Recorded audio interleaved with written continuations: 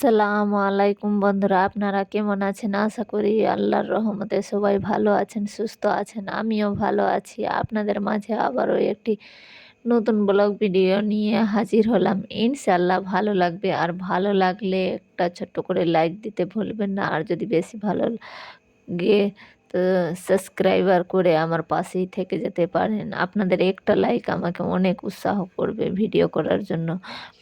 Already যারা মানে already subscribe করে দিয়েছো তাদেরকে অসংখ্য ধন্যবাদ। আর যারা এখনো করেনি তো করে আমার পাশেই থেকে যেতে পারেন। তো আজকে মানে সকালের বাসি খাবার মানে কাজ সেরে রান্নাঘরে চলে এসেছি। আজকে বানাবো পরোটা আর রুটি। পরোটা আমার আর আমার বোনের ছেলের জন্য, আর রুটি জিগারের বাবার জন্য। কারণ ওই সুগারের রোগী, ডায়াবেটিস, তাই জন্য ওকে রুটি দিব আর আমরা খাবো পরোটা। তো কিন্তু উল্টো হয়ে গেল। আমি ওর জন্য রুটি বানালাম, কিন্তু ওই খেলো না, রুটি খেতেই চাইছে না, রুটি খাবে না। আবার পরোটা বা লুচি ভেজে দিই, ওইগুলা খাবে, কিন্তু রুটি খাবে না। তো লাস্টে আমাকেই রুটি খেতে হলো। ওই খেয়ে নিল পরোটা, আর আমার বোনের ছেলেকে দিয়ে দিলাম পরোটা। আর আজকে ভাজাভুজি করলাম না। আমি বেশিরভাগ প্রায় ভাজাভুজি করি না, আমার মেয়ে ছেলে থাকে তখন আলু ভাজা খেতে ওরা ভীষণ ভালোবাসে। আবার ভেন্ডি ভাজা খেতে চাইবে না, আলু ভাজা। তো ওদেরকে এখন ওই কালকের যে মাংস আছে বেঁচে, ওইটা দিয়ে মানে রুটি পরোটা খেয়ে নেব। আর জিগেরের বাবা ঘি লাগিয়ে খাবে। আমের আচার আছে, আচার দিয়ে আমরা গত বছরের আমি বেশি করে আচার বানিয়ে রাখি। মানে এই পরোটা বানিয়ে নিলাম একটু করে, মানে চিনি দিয়ে পরোটাতে, সরি, মানে আচারে একটু চিনি দিয়ে দিই। তো মেশ করে ভালোই লাগে রুটি পরোটার সঙ্গে খেতে। আমের আচার মানে কোনো কিছু যদি নাও খেতে ইচ্ছা করে, তো আম দিয়ে আমাদেরকে মানে সবাইকে কীরকম লাগে জানি না, কিন্তু আমাকে বেশ ভালোই লাগে কাঁচা আম দিয়ে তরকারিতে, কোনো কিছুই তরকারি হোক না কেন, মানে আমাকে অনেক বেশি ভালো লাগে। আমি যদি খাওয়ার মন না থাকে আর আম দেওয়া তরকারি বা ডাল রান্না করা থাকে, তো আমি খেয়ে নেব। ওইভাবে আচার আপনাদেরকে দেখাবো একদিন কোনো ভিডিওতে। মানে অনেক ভালো হয়েছিল, অনেক মজা হয়েছিল। আমার ছেলেকে হোস্টেলে দিয়েছিলাম, তো আমার ছেলে ওই হোস্টেলের মাসিদেরকে, ওই কিছু কিছু স্যারদেরকে দিয়েছিল, বলেছে অনেক টেস্টি আচার হয়েছে। ওদেরকে আমাদের দেশে আবার আমে বিখ্যাত, মানে আমাদের গ্রামে শুধু আমের বাগান বেশি পাবেন। বলেছিলাম যে কলা গাছ আগে ছিল, কিন্তু এখন সব জায়গায় আম আম আম, ফসল উঠিয়ে আম, শুধুই আম। এমনি মানে ঝড় বৃষ্টি হলে কোনো বছর বেশি যদি আম হয়, তো অনেক অনেক আম মানে বাগানে পড়ে থাকে, কেউ উঠিয়ে নিয়ে যায় না, এরকম অবস্থা হয়ে যায় আমের। তো আমরা তো বাগানে যাই না, আমাদের কাছের বাগান বা মায়ের বাড়ি থেকে নিয়ে চলে আসলাম। আমরা কোনো দিন বাগান থেকে আম নিয়ে আসিনি। ইনশাল্লাহ আমার স্বামী আমাকে ভালোই রেখেছে। আর মানে মাঠ ঘাট যাইনি, ছাগলও পুষতাম, কিন্তু মায়ের বাড়িতে ওই যে দেখালাম গত ভিডিওতে, আমার মা 1 বিঘা 1.5 বিঘা 2 বিঘা গরুর জন্য ঘাস লাগিয়ে দেয় মাঠে, আর ওই বাড়ির কাছে ওইখান থেকে নিয়ে আসি আর মানে ছাগলকে খাওয়াই। আমি মাঠে গিয়ে মানে ঘাস আনতে যাই না করতে। আমাদের গ্রামে আমি শুধু না, প্রায় অনেকজনই মানে মাঠে যে কাজ করে না, অনেকজন যায়, আবার অনেকজন যারা জোয়ান বলতে আমি বলবো যে জোয়ানরা যায় না, মানে ইয়ং বয়সের যায় বুড়িরা, মানে আমাদের মায়ের বয়সের, কিন্তু তো ইয়ং বয়সের মেয়েরা মার যায় না। আমাদের গ্রামে একটু টাওয়ার খেটে খেটে ভালো হয়ে গেছে। আগে আমার মারা বলতো কত কষ্ট করেছি আমরা। তো আমিও বলছি কি তুমি কষ্ট করেছো, আমিও কষ্ট করেছি মা অনেক। তুমি ওই যুগে কষ্ট করেছো, আমি এই যুগে কষ্ট করেছি। তাও মানে এই যে দেখেন বন্ধুরা, ওই খাচ্ছে পরোটা চায়ে ডুবিয়ে আর বলছে কি মাংস খাবো না, মাংস আর ভাল লাগছে না গিয়ে। আমি আবার মানে যখন রান্না করি উনুন হোক আর গ্যাস, আমি সঙ্গে সঙ্গে মুছেই ফেলি। আবার যদি একটু দেরি হয়ে যায় তো কোনো না কোনো লোক চলেই আসবে আর বলবে কি এইভাবে রাখছে সেইভাবে রাখছে, এরকম করবে বলবে। তাই জন্য আমি পরিষ্কার করে তাড়াতাড়ি ফেলি। আমি একজন মানে আমাদের গ্রামে মরা দেখতে গিয়েছিলাম। মরা বলতে আমার চাচাতো দিদাই লাগলো।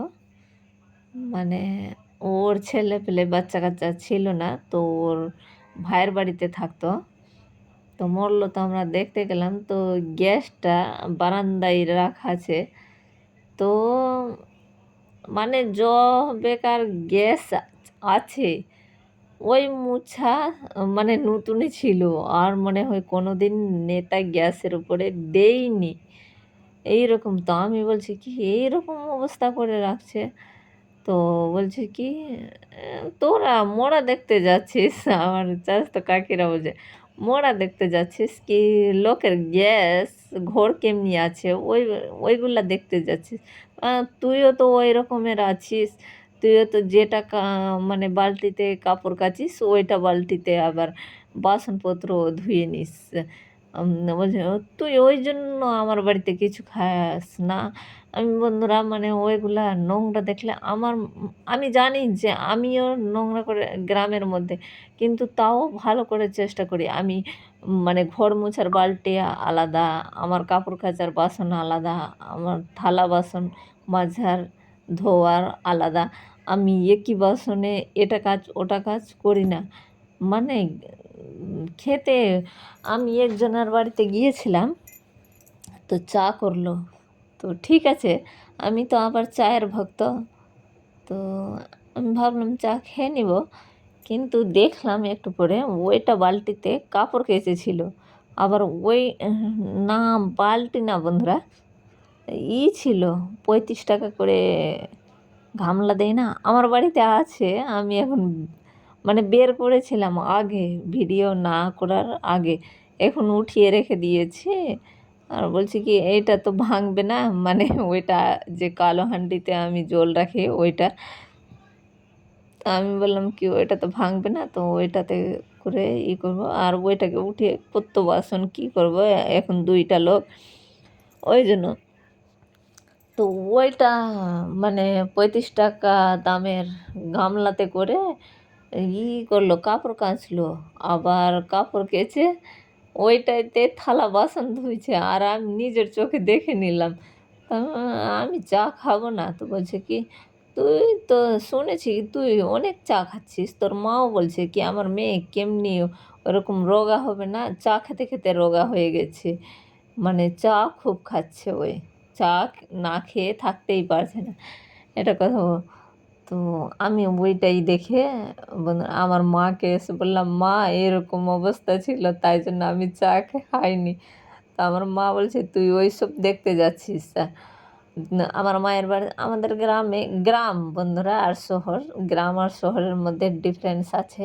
গ্রামে কোনো নতুন বউ যদি বাপের বাড়ি থেকে শ্বশুর বাড়ি, শ্বশুর বাড়ি থেকে বাপের বাড়ি যায়, তো ওই আমরা তো গুলগুলা বলি, আপনারা কি বলেন জানি না। তো ওইগুলা গোল গোল করে রসে ভরা, ওইগুলা করে কিনা তো সবার বাড়িতে দেই, আত্মীয় স্বজন পাড়া পাড়া প্রতিবেশী সবার বাড়িতে। তো ওইগুলা যদি দেয় তো আমাকে যদি দেয় তো আমি জিজ্ঞেস করব আটা কে গুঁথেছিল। আমাকে অনেক ঘিন লাগে কি হাতটা ধুলো না আর গিয়ে কাজ বাজ করে নিল। ওই জন্য গোবর উঠিয়ে নিচ্ছে, হাতে সাবান দিচ্ছে না। ওদের হাতে মানে চোখে দেখা জিনিস খাওয়া যায় না বন্ধুরা। দোকানে আবার কত রকম করে, কিন্তু দোকানে দেখছি না, ও খেয়ে নিচ্ছি। আর যেটা দেখছি সেটা কীরকম খাবো। এই যাচ্ছি আমার মায়ের বাড়ি, আর মায়ের বাড়ি কিসের জন্য যাচ্ছি আপনারা দেখতে পাবেন বন্ধুরা। হাঁপিয়ে গেলাম সকাল থেকে কাজ করতে করতে, এই যে চলে এসছি। তো দেখছি আমার বাবা দুইটাই কম্বলকে কেচে দিয়েছে, মানে আমার মাও পারতো না উঠাতে, ভারী হয়ে যাচ্ছে, জলে ডুবে সার্ফে দিয়ে অনেক সার্ফ আর মানে কেচেছে আমার বাবা উঠিয়ে উঠিয়ে, আর লাঠি নিয়ে মেরেছে। তা ওর নাতি নাতনির আছে, কেচে দিল। আর আমরা যেটাতে ঘুমাতাম তা আমার বাবাকে অবশ্যই দিতাম না। এ আমার বাবা আমার মা অনেক ধুয়েছে, তাও আমি অনেক বালতি জল দিয়ে ধুয়ে দিলাম, কি আর তো এখন বের করা যাবে। আবার শীতের সময় আমার ছেলেমেয়ের হোস্টেল থেকে যে নিয়ে এসেছিলাম, কালকের ভিডিওতে চেয়ারে রাখা ছিল, মানে ওই যে রেখে আসলাম আর এগুলা নিয়ে আসলাম তো কাঁচা হয়েছিল না। মানে আমার মায়ের বাড়িতে যেদিন যেতাম সেদিন কাজ অনেক, মানে কে এগুলা কাজ করতো। তো কালকে রাত্রে রেখে এসেছিলাম কম্বলকে, আজকে সকাল সকাল ডুবিয়ে আমার মা বাবা কেচে দিয়েছে, তা আমি গেলাম একটু হেল্প করে দিলাম। তো এইটা আমার মায়ের বাড়ি, এই যে সামনে এইটা দেখতে পাচ্ছেন। আর এইটাতেই ভিতরে অনেক বাড়ি আছে, আমার দুইটা কাকু জয়েন্ট ফ্যামিলি। মানে এখন রান্নাবান্না আলাদা হয়, কিন্তু এই যে দরজা মেন গেট এটা হলো, এইখানে দুটো গেট, একটা এইটা গেট, এদিকে আমার মায়ের সিঁড়িতে ওঠা যাবে বাইরে থেকে, আর ওইটা ছিল মেন গেট। আবার ওদিকে পিছন দিকে একটা গেট আছে। আর এইটা আমার কাকিমা গদি বানাচ্ছে, খাটের গদি। এইরকম আমাদের এদিকে গদি হয়, নিচে নারকেলের কুচ্চা, আর ওইটা আছে স্পঞ্জ তুলা, আর উপরে তুলো।